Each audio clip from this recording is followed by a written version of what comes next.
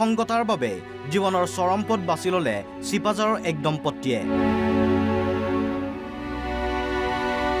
চিপাঝাৰৰ দেওমৰ নৈৰ গড়গড়িৰ ভদ্ৰ বৰুৱা আৰু জয়মতী বৰুৱাই শুৱনি কথাত চিপ লৈ আত্মহত্যা কৰাক লৈ সৃষ্টি হৈছে তীব্ৰ চাঞ্চল্যৰ। ভদ্ৰ বৰুৱা আৰু জয়মতী বৰুৱাৰ 3 পুত্ৰ কৰ্মসূত্ৰে থাকে ঘৰৰ বাহিৰত।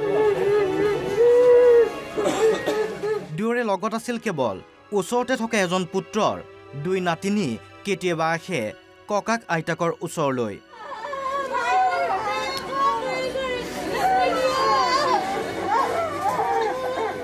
কিন্তু সেই পৰ্যন্ত হতাশাৰ চৰম সীমাত উপনীত হৈছিল দম্পতীহাল। দীৰ্ঘদিনীয়া হতাশাত ভুগি আত্মহত্যা কৰিলে বৃদ্ধ দম্পতীয়ে।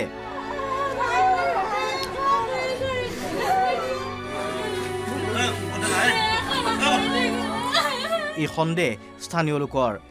মঙলবাৰে এটা মন্দিৰলৈ গৈছিল জয়মতী বৰুৱা। ঘূৰি আহি জয়মতী বৰুৱাই লাজ পোৱাৰ কথা কৈছিল নাতিনীৰ সন্মুখত। কালিৰ পৰা আইতাই মানে কৈ আছে আৰু কিবা কিবি সংসাৰী মন্দিৰত গৈছিল, যাই তাৰ পৰা মানে আহি কিনে কৈছে কিয়নো গেলো মই সংসাৰী মন্দিৰত, মই ইমান লাজ পাম এতিয়া, মই অপৰাধ কৰিব লাগিব, কিবা কিবি কৈ আছে বাৰে বাৰে সেইটো কথাই কৈছে। তাৰপিছত ককাই আইতাই দুটাই আলোচনা কৰি আছে বাহিৰত।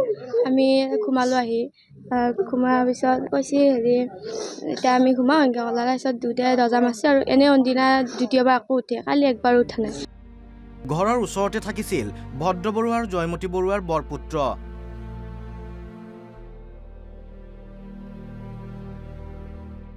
ৰোগীয়া হৈও আছিল 70 বছৰীয়া জয়মতী বৰুৱা। আজি দুমাহমান ধৰিয়ে পেটাৰ বিষত ভুগিল। পেটাৰ বিষটো ঘৰ আপোনাৰ মেডিকেল কৰা যায়, মঙলে লৈ যোৱা যায়। মঙলৰ পৰা তাৰমানে আকৌ তাতে আলোচনা কৰা যায়, কিবা কৰা যায়, ডক্টৰী চিকিৎসা কৰা যায়। তাৰপিছত মানে একো ধৰা নপৰে। তাৰপিছত আকৌ আজি এসপ্তাহ আগত তাৰমানে আকৌ বেমাৰ গৈছে। কালি এতিয়া সেইটো ঘটনাটো মই একো গুৰুত্ব জানাই নাই। বৃদ্ধ দম্পতীৰ মৃত্যুৰ পাছতে হাহাকাৰ লাগিছে অঞ্চলটোত। ভদ্ৰ বৰুৱা আৰু জয়মতী বৰুৱাৰ 3 পুত্ৰ মথুৰা বৰুৱা কৃষক। ইফালে গুজৰাটৰ কোম্পানীত কাম কৰি আছে দিলীপ বৰুৱা আৰু CRPFত কৰ্মৰত শৰৎ বৰুৱা। তেওঁলোকৰ পাৰিবাৰিক অশান্তি কিবা কিবি দেখা নাছিলোঁ। আৰু ল'ৰাজন সৰুজন SSBত কাম কৰে। তেখেত বৰ্তমান কৰ্মৰত হিচাপে মঙলৈত আছে SSB কেম্পত।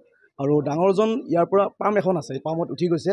তেওঁলোক বৰ্তমান তাতে থাকে আৰু ইয়াৰ তেওঁলোকৰ ডাঙৰ নাতিনী 2জনী ইয়াতে থাকে। ঘটনাৰ পাছতে উপস্থিত হৈছে শীৰ্ষ আৰক্ষীৰ দল। আজি ৰাতিপুৱা আমি 9মান বজাত এটা খবৰ পালোঁ যে আমাৰ এই মঙলদৈ থানাৰ অন্তৰ্গত গড়গড়ি গাঁৱৰ ভদ্ৰকান্ত বৰুৱা তথা তেখেতৰ সহধৰ্মিনী জয়মতী বৰুৱা দুয়োগৰাকীয়ে মানে আত্মহত্যা কৰাৰ এটা আমি খবৰ পালোঁ।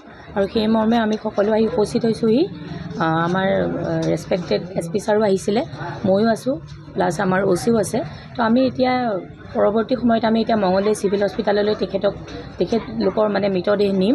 এই ঘটনাই শোকৰ ছাঁ পেলাইছে সমগ্ৰ অঞ্চলটোত। সঁচাকৈয়ে নিসংগতাৰ বাবে বৃদ্ধ দম্পতীয়ে গ্ৰহণ কৰিলে নেকি এনে মৰ্মান্তিক সিদ্ধান্ত? চিপাঝাৰৰ পৰা দুলাল হাজৰিকা, NB নিউজ।